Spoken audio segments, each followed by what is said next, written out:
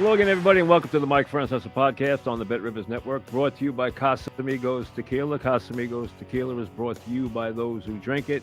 On this off week, we come to you on the Mike Francesa channel, on the Bet Rivers Network, on YouTube, as we count down the days to a very competitive Super Bowl between the Chiefs and the Eagles, as the Eagles, Andy Reid's old team, stands in the way of his immortality as he and Mahomes try to become the leaders of a team that becomes the first to ever win three consecutive Super Bowls. That is what's in front of the Chiefs, who have been so dominant in recent years, and have now strung together an incredible playoff run after their somewhat controversial win over the Bills, as a lot of people, as we know, have been quite miffed with the officiating.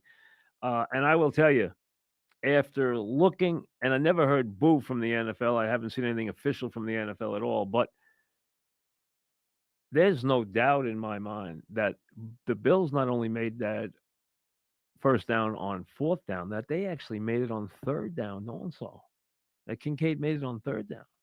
That's how bad that was. And there's going to be a lot about that going forward, and to the competition committee, because I think the competition committee's got a lot of things they have to look at this year. They have to deal with exactly what is a penalty and what isn't a penalty, as far as how they treat quarterbacks, especially when the quarterbacks break the pocket. Number two, the idea of face masks and how many they've missed this year, and the idea that they will use their reviewable system to their review system to legislate and be able to come back and say it was a face mask when they blatantly missed, and they've missed so many face masks this year.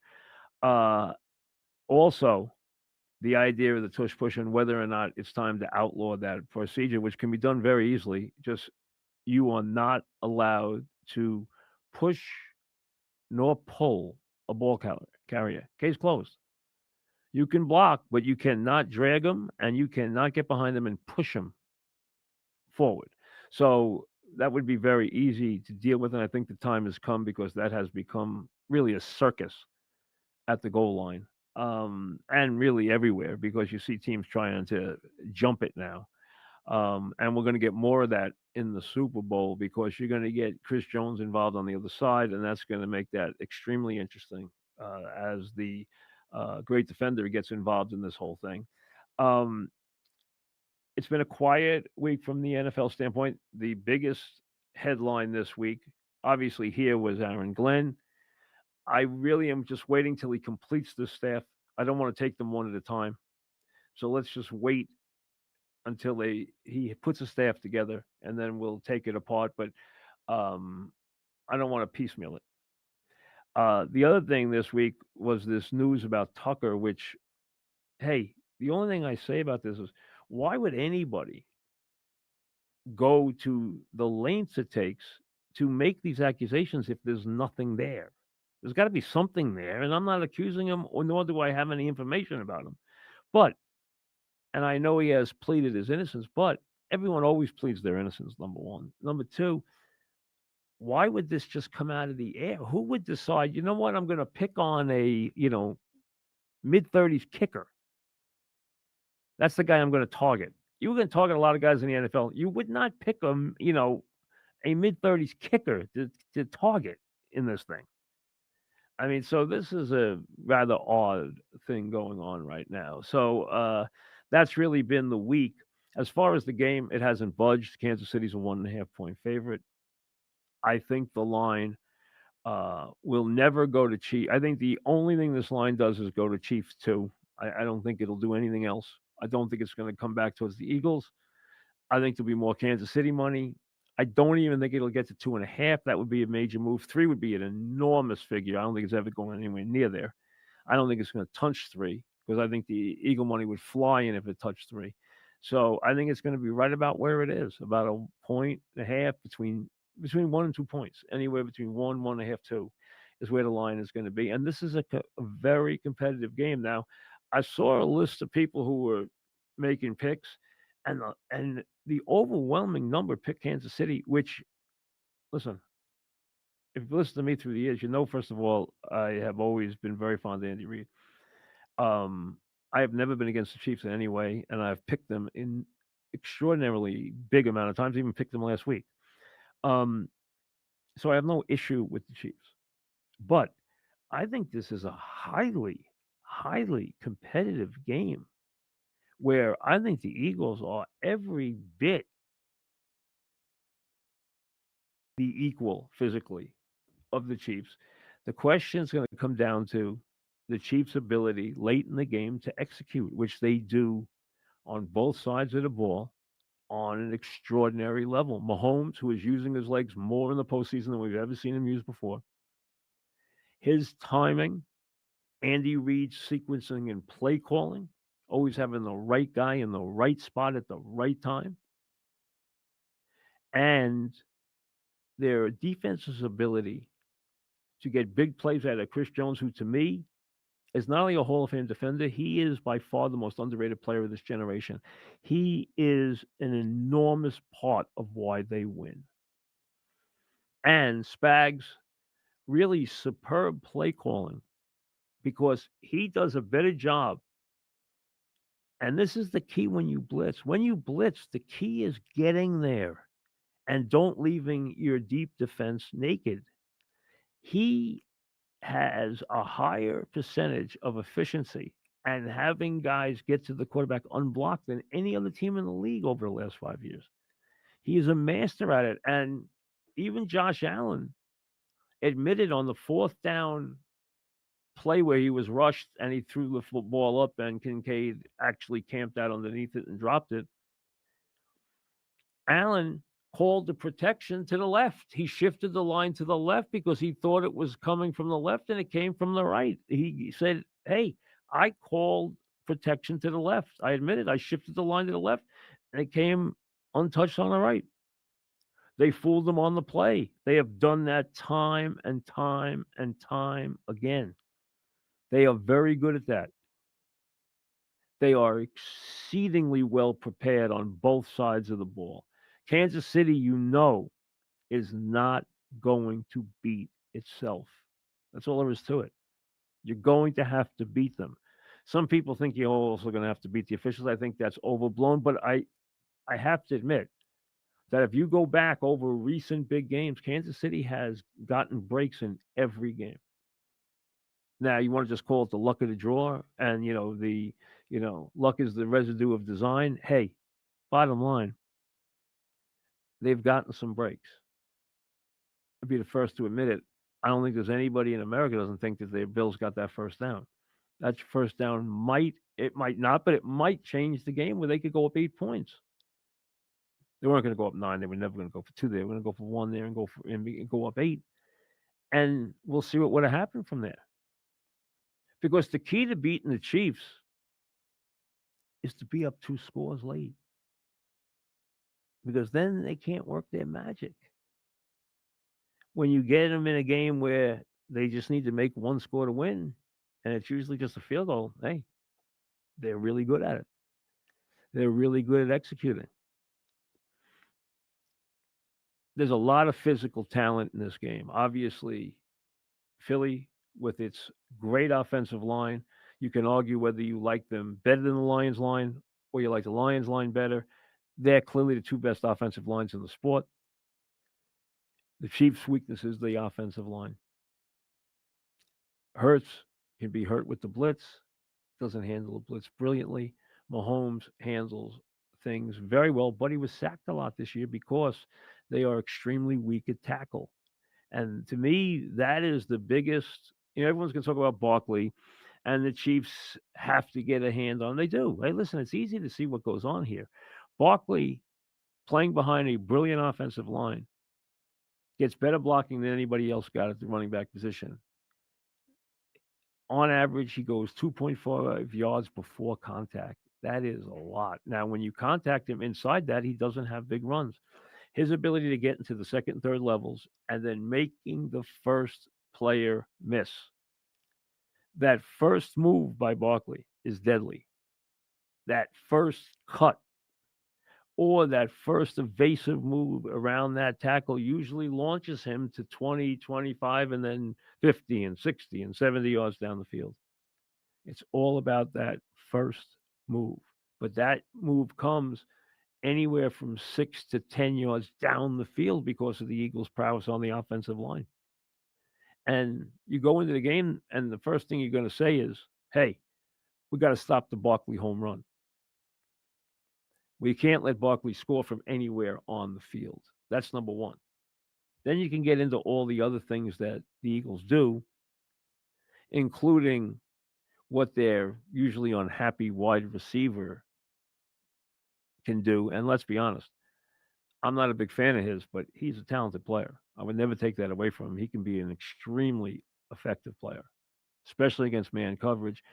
And the Chiefs haven't given you a lot of man coverage, but they give you a lot of combination coverages, a lot of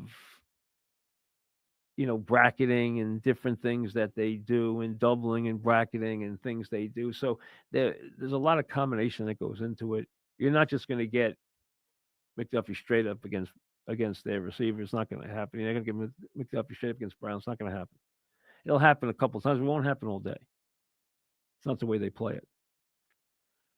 But from their standpoint defensively, or from the Eagle offense against the Kansas City defense, you're looking at, can they get Barkley into his customary second level open fields where he destroys the defense? And how efficient is the blitz against Hurts, who has trouble with the blitz? Now, on the other side, it's easy. Mahomes and how the tackles protect him. Now, Mahomes, they're worried about his running now. It's become a factor. So they're going to want to try and keep him in the pocket and pressure him. Let's be honest, the Eagles have big time pass rushers. Smith's had 4 sacks in the postseason. Carter is as devastating a defensive lineman as there you get in this sport right now. If you count Miles Garrett, the 3 best guys who camp out anywhere, either a defensive tackle or defensive end in this league, are Garrett, Carter, and Jones. You got Jones and Carter in this game. You got to double team Carter. He is an absolute monster. And that's going to give the outside guys a real chance to get very good matchups against weak tackles. Now, they move Thuney out. Thuney, you're taking a top guard and turning him into a mediocre tackle. That's the best they can do right now. And that's where they are. They've turned a top guard into a mediocre tackle. He's a mediocre tackle. On the other side, they stink at tackle. So you're going to be able to really do a lot of business against their tackles. How much helping he's got to give them. And also, you saw Mahomes come out and go to the quick offense. Okay. 3-step drop, foot hits the ground, hit with the slant, hit with the shallow crosses, Worthy, Hollywood Brown, boom, boom, boom, boom. That's the way they go about it. Obviously, they have Kelsey, who was very quiet by design in their victory last week. The week before, he starred because they didn't want to go near the corners. It's all designed with Andy. That's the way, that's why he's brilliant play caller. He's a brilliant sequencer, and he's also brilliant at designing the plays and putting the right personnel in the right spots. That's why he is one of the great coaches of all time, and that's why he's had the success he's had. Also, he was smart enough to pick Mahomes, who is an extension and is a great decision maker. And the Chiefs, they've run a lot of RPOs. They're going to run a lot of RPOs. The biggest, from scrimmage, the biggest weapon you're worried about if you're the Eagles is Worthy. Worthy's speed and his play. Worthy played the last game like a superstar. You've seen him blossom, especially since Hollywood Brown came back and freed him up. and you've seen Worthy blossom and blossom. You can use him in a lot of different ways. You can run him. You can have him stretch defenses. You can bring him, they like to bring him a long distance because he's blazingly fast. They want to get him the ball in space and let him take off yards after catch. He is as dynamic as any wide receiver in the sport. And he's a threat to go all the way anytime he touches the ball. And he had 86 yards and a touchdown in the championship game. He is going to be a major nuisance in this game. It was a great move for them. And next year, hey, can you imagine them next year with a healthy Rice and with Worthy growing up and the other receivers they have? The idea of them not having any receivers anymore is all gone. Whether Kelsey retires or not. And, that'll be one of the themes next week is if they win, is this over for Kelsey? Well, you know, that'll give the people in New Orleans something to talk about. There is a lot to this game from a matchup standpoint. A lot. That's going to make it fun for the guys who like to get involved in the X's and O's, which I love to do. So there's a lot there. How they pressure Mahomes, how they attack or try to protect against Carter, how they try to give their tackles help, how they go after Saquon, et cetera, et cetera, et cetera, and so on. So there's a lot of different ways to go after this, and we have a week to do it. I think right now the game is a flat toss up. That I can make as good a case. I might even be able to make. I'm a little worried from a Kansas City standpoint of the Eagles' front defensive front, and do not. Everyone talks Saquon, Saquon, Saquon. Do not discount this Eagle defense for them being here, and they have some really good defenders, led by Carter, who has not yet received his due. He will this week. Football people know how good this guy is. And they've known for a long time how good Jones is. And Jones is a first ballot Hall of Famer. And to me, he's even better than that. Now, does he take regular season games off? Yes. Does he play hard every single minute of every game? No.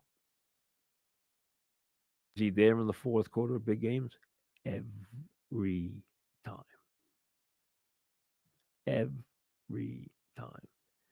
And when you play at this level, this game comes down to three things. One, having the ability to come from behind on your last drive with the ball. Two, having a lead and protecting it with the 4-minute game where you can run the ball for a couple of first downs or design your offense to get those couple of first downs, let them use their timeouts, and end the game. And three, fourth quarter pass rush. You're not going to win big games in the NFL without a fourth quarter pass rush. Because the level of play, this game's not going to be 20 points either way. It's not going to happen unless somebody turns the ball over all day. This game is not going to be a blowout. I do not see that at all. I think this game is a one-score game for sure. I mean, if they play it 10 times, it's a one-score game 9 times. I mean, I think it's that competitive. And nobody is more comfortable in a tight game, either being in front or behind, than is uh,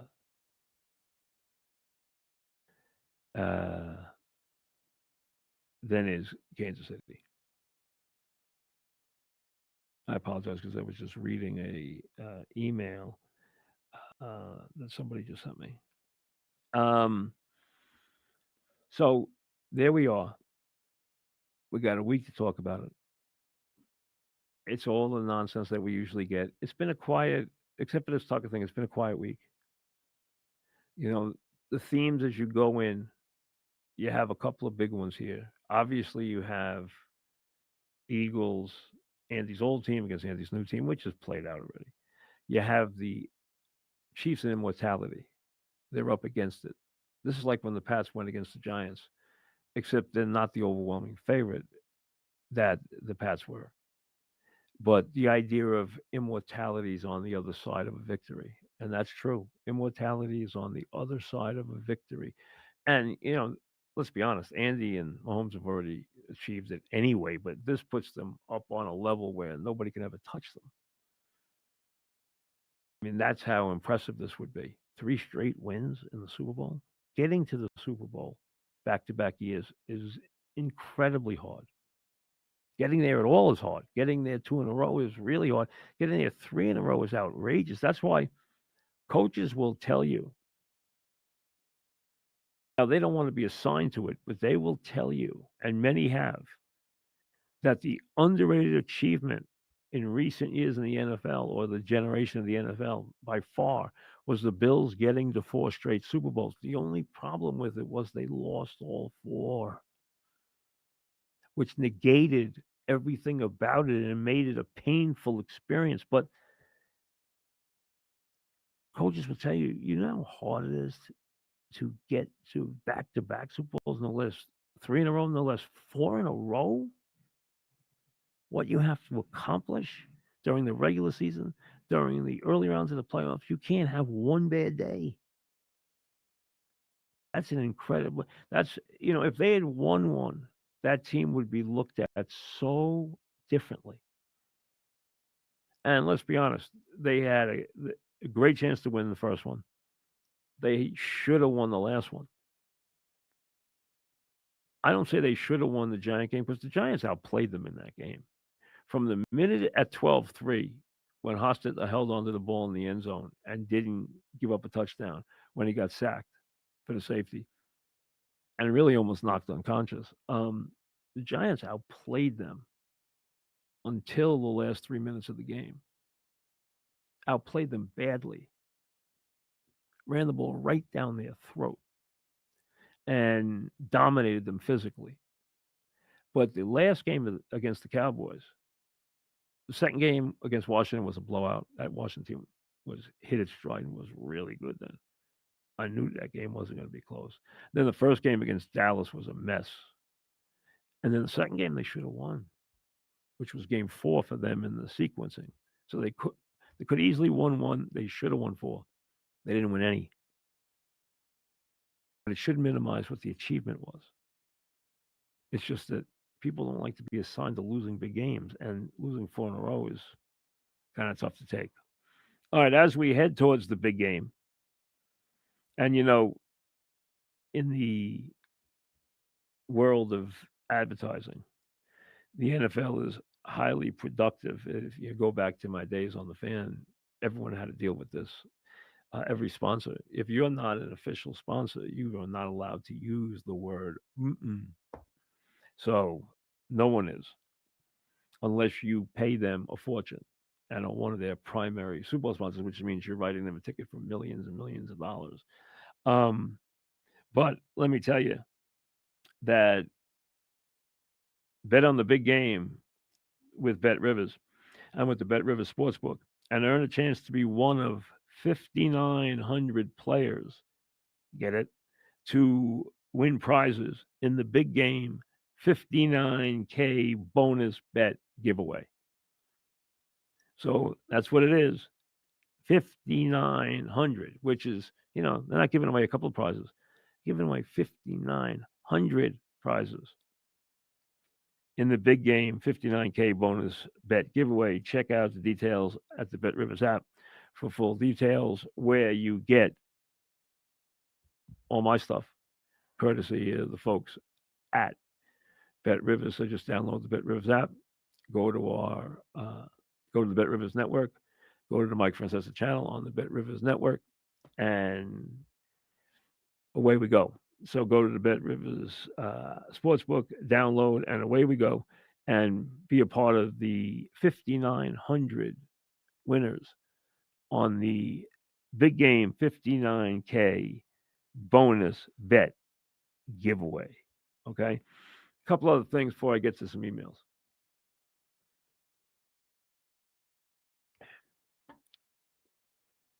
I cannot remember a dance between a player and a team like we have seen with the Mets and Alonso. I think it has made both of them look bad. Hey, now the Mets have taken the upper hand here by basically having the owner give them a take it or leave it in front of a crowd. That should have finished Pete right there, but it's clear. It's clear a couple of things. One, that Boris sold Pete a bill of goods. And, for all Boris's success, he does that with a bunch of clients because the big guys that he has are no brainers. And anybody, I could take somebody off the subway and they could have negotiated Soto's contract. And it was just waiting to happen. So it didn't take any genius. It might have taken a genius to sign Soto as an agent, but it didn't take any genius to negotiate a deal with anybody with Soto. So everyone thinks, oh, Boris is going to come in with his briefcase full of all these wonderful things that he's thought of about my performance that no one else ever thought of. When, first of all, everyone knows the same things. Um, but Boris is good at selling him. He's good at selling Boris. He's really good at it. Made a fortune doing it. So, but Mets and a lot of baseball does not view unathletic, what they consider aging,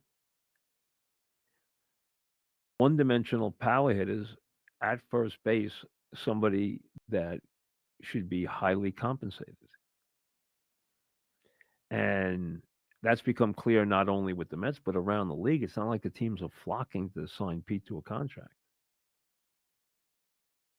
Pete's career has a little downward trend to it. It does. That doesn't mean he's not going to turn around and have a big year, but it does. He's not young. Baseball's on a youth kick, and they're also on a versatility kick and an athletic kick. And he doesn't check any of those boxes. But there's still a flirtation here. The Mets haven't turned their back completely on him, despite what they have said and done, which is really disrespect him completely. If Pete has a good offer from somewhere else, take it. You know, save your self respect. Now, I know Met fans love him and want him to come back. But I would, even if I was the hierarchy of the Mets, I'd be worried about him coming back now and being really unhappy. He's not coming back with the same swagger. It's not his team anymore. He's coming back as an aside at best. He's coming back as an afterthought. And he's allowed to step onto Soto's field and Lindor's field. He has been granted an audience with them. It's no longer his team. This was Pete's team. It's no longer his team, no matter what happens. He can't come back and reclaim that clubhouse. It's gone. He's an afterthought now. Now, do they need somebody to protect Soto in the lineup? Absolutely. First of all, Soto's not going to swing at a pitch that isn't over the plate. You want to say that's a negative? Hey, would you like to see him expand the zone a couple of times in certain spots? He won't do it. Ted Williams wouldn't do it either. Didn't hurt Ted Williams. He's a great player. But he doesn't have a problem passing it on to the next guy. Well, who's the next guy? If it's not Pete, it's got to be Vientos. And Vientos, you're asking him to duplicate what he did last year. And who knows if he will. I mean, it's not like he's a proven commodity yet. You're hoping he's just beginning to go up. See, I think there's been a lot of scorched earth here. I think it makes it hard for Pete to climb his way back there. I personally wouldn't have anything to do with the Mets anymore if I were Pete. But I don't know what his offers are elsewhere. They're probably not very good. Otherwise, he wouldn't still be begging the Mets to come back. And now he basically does have to beg them to come back. So to me, he comes back. The Mets have created a situation where he's damaged goods, and they're part of the reason why. It's a very strange dance. Very strange. Either way it ends, it's a very strange dance. But they haven't replaced him, and he hasn't replaced them, and so the dance continues. At what price? Who knows? It's not going to be a good price. We know that. There's going to be a lot of, oh, we can really justify this. Watch how they turn the love on if they bring him back and make it look like they really want him all along. We all know they didn't care. He could have left 1,000 times. They basically told him, take it or leave it. I mean, if somebody tells you take it or leave it after you've done for him, he's done for them what he's done, you tell him to stick it. He hasn't done that, though. He really wants to play here. And I don't know if he just loves it here that much, or maybe there's just not a whole lot of offers out there. Either way, like I said, it's strange, ugly dance. This is a really big week for St. John's. St. John's has just now said hello to the city. The city has just awakened. Football's almost over. The Knicks are still a ways away because we know they're going to the playoffs. It's going to be what they do against the Celtics and the Pacers and the Cavaliers and whoever they wind up meeting early, or second round, the third round. So we know that day's coming. St. John's has broken into the rankings. They are now going to flirt with a good week. They will be in the top 10 if the smoke clears, and they have won against Providence on Saturday. Now, Patino's begging people to sell the Garden out. I doubt they will at 12 o'clock against Providence. Tuesday night against Marquette's a different story. That's the biggest game St. John's has played in a very long time. A win in that game is a big one. And then if they follow it up on Friday night in the blood feud up in Stores against a banged up UConn, they win these 3 games. Smoke clears. They are now on the radar in New York in a big way, in a different way, and they're ranked in the top 10 looking at a 3 seed. And Patino's got all his luster back. Now, you see, now you can tell Rick's feeling his oats. He's now telling Kentucky how to treat Calipari. Why the hell is Rick worried about how Kentucky treats John Calipari when he returns there as an Arkansas coach? They never loved Calipari even when he was winning there. They tolerated him. He won. He gave them a lot of victories. He gave them a lot of great teams. He won. He gave them victories. He put them on the map. He gave them. I mean, you look, there's Kentucky players making a fortune all over the NBA.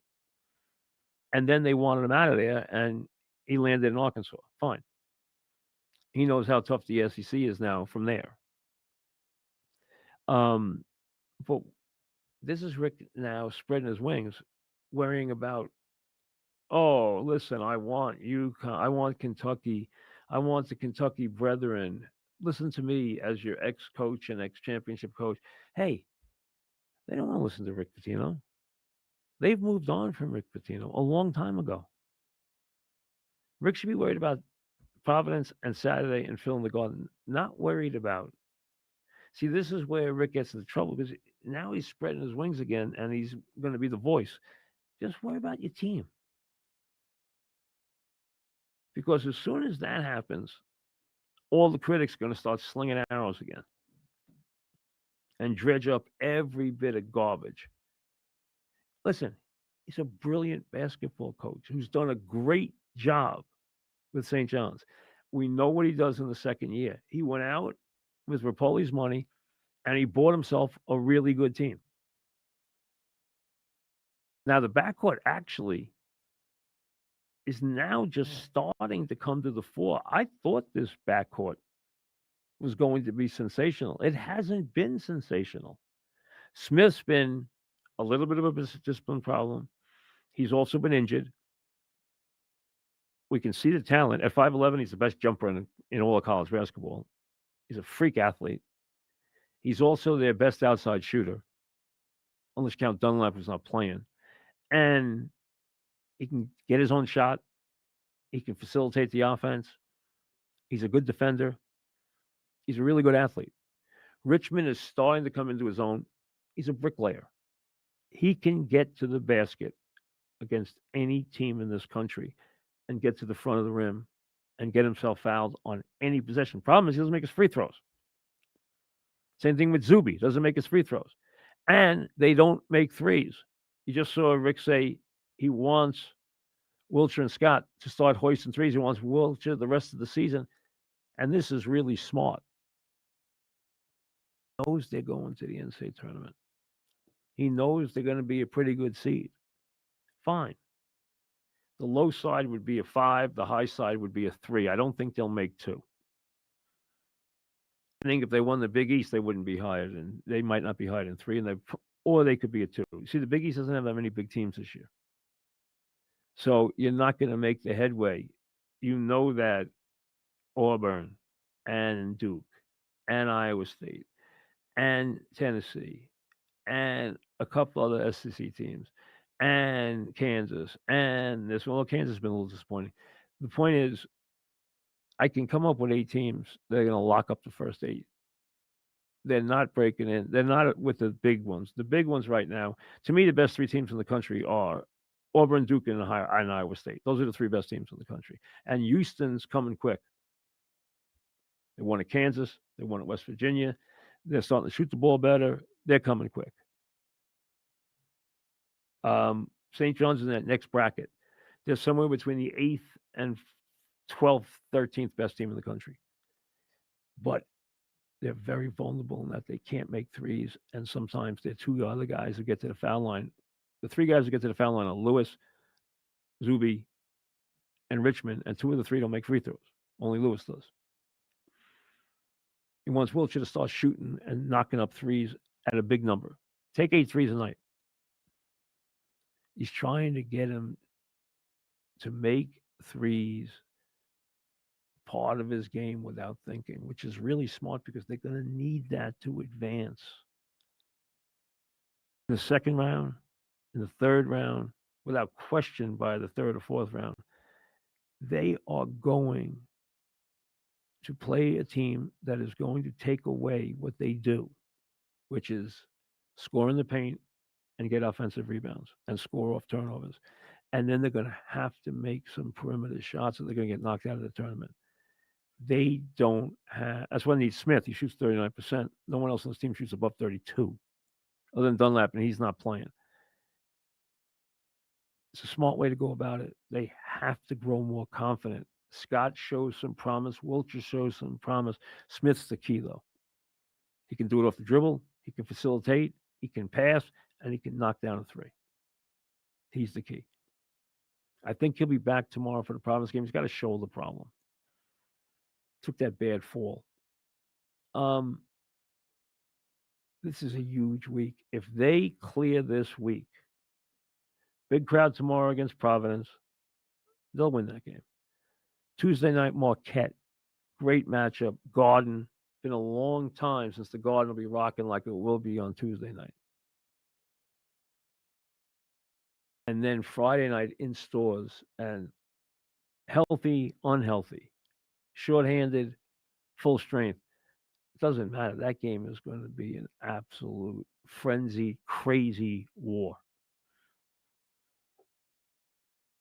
You know the teams don't like each other. You know the head coaches don't like each other. Plus, UConn's going to take it as a territorial attack that St. John's is up there trying to take away their, crown.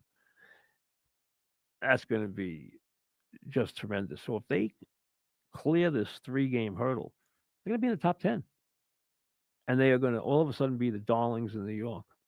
Everyone's going to be paying attention to everything they do. And Rick loves that for him because when you get him there, he can't stop talking. So the media loves it because he just never stops. Like I said, he's into what Kentucky's doing with Calipari. Why is he worried about that? It shouldn't even be on his radar. It's like I'll deem that John will get taken care of at Kentucky. They don't care what you think right now. They're worried about their own team. They want to boom, they'll boom. They want to cheer him, they'll cheer him. It's not that big a deal. It's not like Coach K going back to Duke. Left, so he doesn't have to go back. This is a enormous. This is the biggest week St. John's has had in, I hate to say it, 40 years. Or at least since the Artest team went to the Final Eight. And that didn't create the buzz that we can get created here because of where it is right now and where the team is and where Patino and the whole thing. That team was a good team. See, Jarvis could coach, he just wouldn't recruit. And he had Fashilla's players, so they were okay then, and they played well. That's the last time they really played really significantly well in the NCAA tournament. Been a long time. Been a long time coming, and for St. John's fans, this is a big thing. I understand that, but the city is about to embrace with a couple more wins.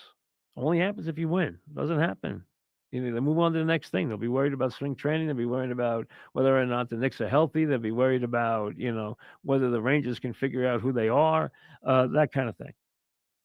They will move on quickly. They'll be worried about the NFL draft and whether who's got a quarterback and who's going to do what. And then, of course, there's always, Aaron Rodgers sticking his head in the thing. So they can move on very quickly, but they will be there with some victories. And you'll see. Already, I noticed that after the really brilliant performance defensively they put on against Georgetown, from soup to nuts, they just buried them. Cooley said it was the best defensive performance he's seen on the college level in 10 years. That's a heck of a statement. They are a good defensive team. And they can go from defense to offense faster than any team in this country. Lightning. That's their game. Turn you over, attack the basket. Dunk it, lay it in after they miss the layup, and they miss a lot of layups. All right, but they get the rebounds. And they dunk a lot of balls. They're good, and they're getting better. They're not great. They're not Auburn. They're not Duke. They're not Iowa State. Probably not Houston. But they got a chance to have a lot of fun this year. And it starts, as I said last week, it started with the Georgetown game. Now there's 3 parts to it. And Rick's trying to sell the Garden out tomorrow, like I said. And he said he had 18. Said he had 18 there for the Villanova game. I don't know if that's accurate or not. It wasn't a sellout. I don't think tomorrow will be, but they really desperately want to sell out the Marquette game. They will clearly sell out the UConn game here, but that almost doesn't count because UConn brings so many fans to the game. But they are going to become a big story very soon. They're on the verge of breaking through. All right, emails. You can send me your emails to MikeFrancesa@gmail.com. Let's see what is on your mind today. Here we go. Next week, starting especially on Tuesday, but even Monday, we're going to do Super Bowl stuff all week leading up to the game. So be prepared for that. Here we go, Bob. You said last week New Orleans is one of your favorite Super Bowl venues. If you had to make a list of your top 2 and bottom 2 Super Bowl locations, what would they be? Well, first of all, The worst Super Bowl ever was in Jacksonville. The city is not equipped. They didn't have enough hotel rooms. They had to bring in boats and put people on boats in the river. I mean, it was a disaster. Uh, you have to have see what happens is when you build a stadium, they give you a Super Bowl as an incentive to build it and also to help refill the coffers for the community kicking money into the stadium. That's how the NFL plays the game. It's the carrot and the stick. So that's a payback. But there's certain cities that should not have Super Bowls. All right. No one wants to go to Detroit. Nothing on Detroit, but no one wants to spend a week there. I don't really even want to spend a week in Minnesota, although Minnesota is a charming city. It has a whole underground existence and everything else, but still, you don't want to spend a week there. I have for the Super Bowl, but it's snowing. It's 2 degrees. I mean, you don't need that. You want to spend the Super Bowl in a place where you can walk around without a coat on and there's something to do. That leads you to the big three. The NFL has a Super Bowl triangle. If you haven't figured it out by now, it is Miami, New Orleans, and LA. That's it. Anyone else is an aside is getting a payback. Like we went to Dallas and they had an ice storm and I couldn't get my car out of the hotel for 4 days because they had no equipment. They didn't know how to deal with an ice storm. None. You would have thought it was the same as us getting like 8 feet of snow. They didn't have a clue. The ice is falling off the building. Somebody gets killed because the ice falls off the building. Nightmare. And Dallas isn't a bad place to have an event because there's enough to do there. It's a very cosmopolitan city. But it's not in the triangle. You want to go where it's warm enough, LA, Miami, Fort Lauderdale slash, some of this stuff. The game's going to be in Fort Lauderdale, right on the Miami Fort Lauderdale border. The events are going to be downtown. A lot of them in South Beach, which is a long haul. But no one minds if the game's in Florida. No one minds if the game's usually in New Orleans. Now, New Orleans took a hit with what happened on New Year's, but New Orleans is a great convention city. Vegas is a great convention, big event city. Vegas will become part of the rotation. I don't think there's any question because it can handle the event. They do conventions all the time. If you're a good convention city, you're a good Super Bowl city, except New York. Now, they came to New York. And you know what ticked them off about New York? That's the other bad site. So the two worst sites from the NFL standpoint is Jacksonville, because they were completely unequipped, nothing to do there. Northern Florida, different weather, plus no hotels and nothing to do. So it was a disaster. The other one that was terrible for them was our city. Why? When the Super Bowl comes to a town, it completely takes over the city.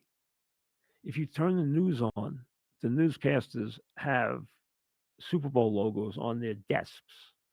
They're leading with the team coming off the plane. They're leading with that day's events. The Super Bowl is the first, second, third, fourth, fifth, sixth, seventh story of the day, other than maybe the national news of some significance. I come to New York. If you would walk down Sixth Avenue on the Friday before the game, you wouldn't have known there was a Super Bowl in New York. New York was so big and so diverse, they swallowed the Super Bowl. And the NFL hated it. Hated it. You turn on the news, they didn't even mention the Super Bowl. They did 2 minutes with the news with whoever the sportscaster is that day, at 26 after the hour. They don't care. So New York was too big and too diverse. Plus, the game was in Jersey. I don't care what you say, the game is still in Jersey. It's not in Times Square. It's not the Empire State Building. It's in Jersey. And the game itself, I took a stupid amount of people to that game. I took 32 people to the game. I had a suite, I had buses, and they couldn't handle it better. We drove right in, no traffic. We had a place to park the bus. We had everybody meet, and we all went together. The suite, the food, everything. It was unbelievable. The game was a disaster, as you know. It was over in 2 seconds. So there was plenty of time to worry about everything else. But that was the other bad Super Bowl site. But when you're thinking of the Super Bowl, think of the big three, the triangle: Miami or Southern Florida, New Orleans, LA. I think Vegas will eventually become part of that rotation. Uh, AJ, what are your thoughts on the NBA asking Caitlin Clark to compete in their 3-point contest uh, and are not accepting the invitation? Here's what I think. I think the NBA is desperate. They're trying to get, they're trying to squeeze something out of Caitlin Clark's tremendous, tremendous appeal. That's how bad things are. I've always liked Adam Silver. Always. It's hard not to like him. If you've had a chance to meet him, he's a wonderful guy. He's a bright guy. Okay. I love David Stern. David Stern was cantankerous. He was ornery, but I loved him. Loved him. I miss him. I loved our talks. I loved the confrontations. I knew him very well. He was great with us on the air. He was great with us off the air. I loved him. Loved him. Miss him. Um, Brilliant man and a real commissioner. I would put him second to Roselle as a commissioner. Um, Adams, a really good guy and a smart guy, but the league's in big trouble. They've devalued their regular season unbelievably, and the fact that they have to ask a young lady to be part of their all-star festivities just to draw eyeballs to the sets. Think about that. Good for her. How bad is it for the NBA, which is now talking about 10-minute quarters, cutting the game? Can you imagine that? Cutting the game to 40 minutes. I mean, cutting the regular season, they want to cut it. Cutting the games, cut, cut, cut, cut. Let's just get to the playoffs. The NBA is hurting dramatically and it's bleeding. And this is just another example. And this is what I will say. In this action, the NFL showed desperation. The NBA showed desperation, and Caitlin Clark showed great integrity. I like everything I've seen about Caitlin Clark. She handles herself brilliantly, brilliantly. And she showed great integrity here by turning them down. She could have milked us for all it was worth. She doesn't do that. She doesn't do that. When they treated her badly in that league, and they're so dumb to treat her badly because she is the meal ticket. It's like treating Joe Namath badly in the old AFL. He's going to get all you paid. She's going to get all those ladies paid. And they're too dumb to realize it and too jealous to realize it. Ashley, who do you think was a better basketball player, James Worthy or Scottie Pippen? Oh, that's an odd one. Worthy was a brilliant talent. Scotty was a unique, brilliant talent. Scotty was not the offensive player that James was, but Scotty's the second best defender in the history of the NBA behind Bill Russell. He was the most dominant defender, other than Russell, we've ever had in the NBA. That's how good he was defensively. A unique player who could play point guard, who could dunk on anybody, who could run the floor, brilliant defender, uh, not a great shooter, but could make a lot of threes, scored a lot of points. Um, Underrated player, but very different player than James Worthy. It's almost like apples and oranges. Um, Matt, do you see Pete Carroll, Russell Wilson reunion in Vegas? I think it's a mistake for Pete if he does it. I think Pete's got a lot of different ways to go, including if I was Pete, I'd go Sam Darnold before I'd go Russell Wilson. Uh, this is Pete. Will Seton Hall ever be competitive in an NIL-driven league? It's not just Seton Hall; it's a lot of teams. And let me tell you this: I've sat here and talked about this ascendance and this hot time for St. John's. You know, I'm going to be very much into the NCAA tournament. I always am. I was very much into the playoff and the championship in college football. But let me tell you this, and this looks like a complete a statement that knocks everything I just said. I admit to that. I admit to all that. I admit I'm going to be ready for the NCAA tournament, and I love it. I love the NCAA tournament as an event. I love it. I can't get enough of it for the days it's on. I can't. I love it. Round the clock. I love watching the games. I love the way it unfolds. Now, there's already a difference. There are no more Cinderella teams because the mid majors can't compete anymore. If they have a player, see, mid majors competed because they would get good over a period of years. Then they'd come at you with a junior, senior laden team that had been together for years, and they'd upset people. Well, the difference now is if they have a player after 1 year, the guy's gone. He's off the team. Gone. Everyone's going to, 100 big teams are going to buy him. And the mid majors don't have any money, and the Seton Halls don't have any money. And it trickles down to a lot of teams that don't have money. A lot of schools and a lot of the Catholic schools don't have the money. St. John's has a guy. Villanova has that ability because they have a very rare base of fans. They're a very unique college. They're an incredibly attractive college that has a great academic name. That people love the school and love to go there. I have a daughter there right now, and their fan base or followers or student body and parents and alumni are incredibly into it. So they're a rare college, a rare Catholic college. Most colleges that are Catholic are more like Seton Hall or Providence or DePaul, and they're all going to struggle mightily. They're all going to struggle mightily. And I'm going to tell you this, folks. This is a fact. College athletics is over. As we know it, it's over completely. And it's about to be just, first of all, these leagues are ridiculous. If I put 5 people on the air right now and who told me they were big time college teams, big time college fans, I guarantee you I can stump them on what school is in what conference.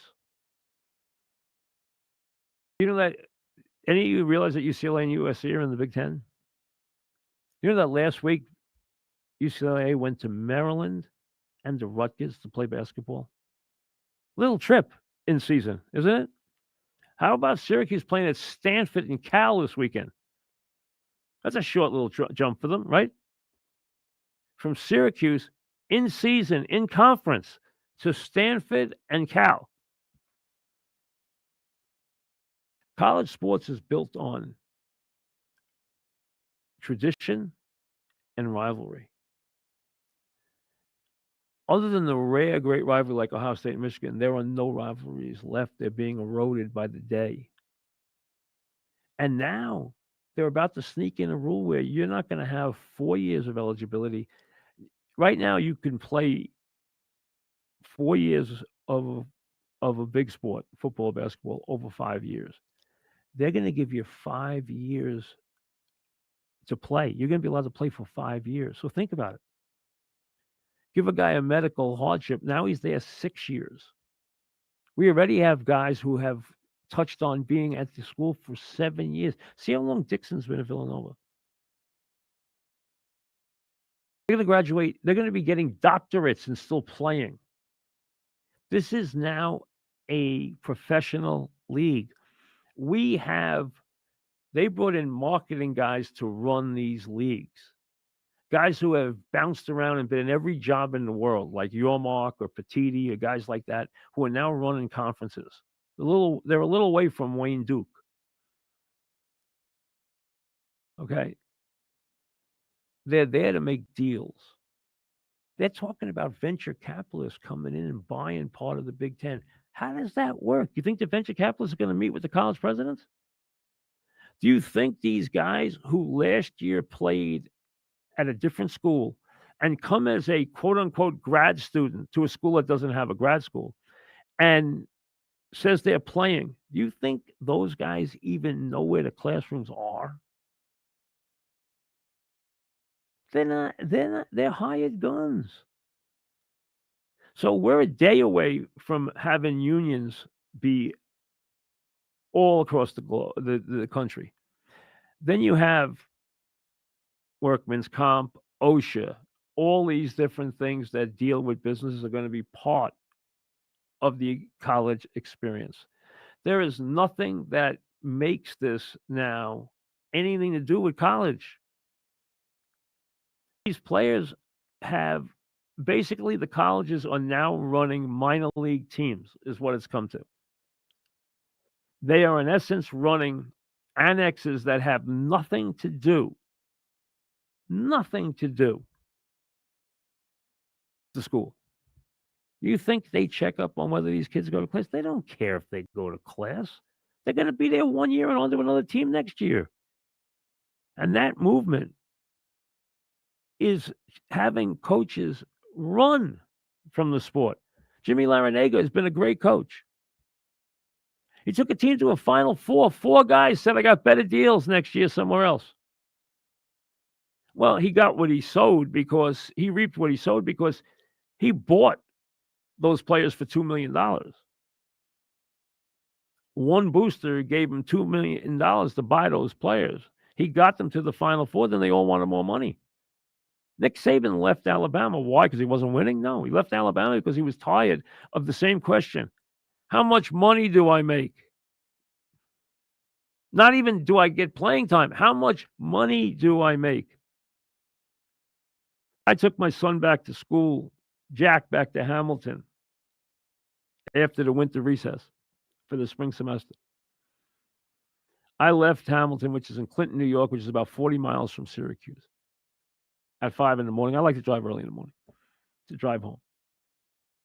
The first I put on looking for some sports talk. So I put on the Syracuse sports talk emanating from Syracuse, the ESPN affiliate, but in Syracuse. The first commercial comes on.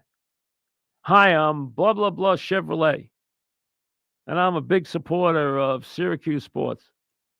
Come on in. I have 70 new cars that were only driven by the football players. In the old days, this would have got you in handcuffs. 70 cars that were only driven by the football players. They don't have more than 3,000 miles. Come on in and get a good deal on one of these Chevrolet SUVs. Driven only by the football team. He's doing a commercial that is tagged by one of the players about the 70 cars that the players all drove. Now listen, did I go do games for CBS and go into the players' parking lot? And I won't say at what school. And they were all driving better cars, or at least as good a car as I had. There was some Mercedes, there was some BMWs, a couple of convertibles, a couple of tricked out SUVs. We all knew this went on at a lot of schools. Not every school, went on at a lot of schools.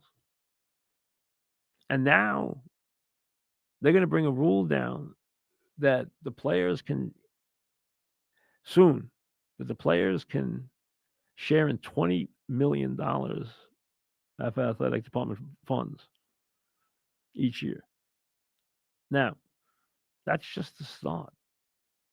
There is no rules on NIL. You got a player next year going to Michigan who was originally going to LSU who is making a fortune. It's highest bidder. You're going to have a $10 million player in college. If Kareem Abdul-Jabbar was coming out of high school right now, the bidding would start at 10, 15 million a year. Why? He's going to buy you a championship. But see, the NBA and the NFL have had it way too easy. They have had free minor league systems forever. Not only the development of players by talented coaches, when they're way too young to play the professional sport, their bodies are still developing. This is a perfect thing for them. Plus, the game, the college game, in many ways, especially with the big player, has made them household names before they ever get to the pros. So the marketing that would have cost you millions of dollars to market these players has been done for free for you. When Patrick Ewing came out of college and the Knicks got the first pick in the lottery, the next day they sold 5,000 season tickets just on his name.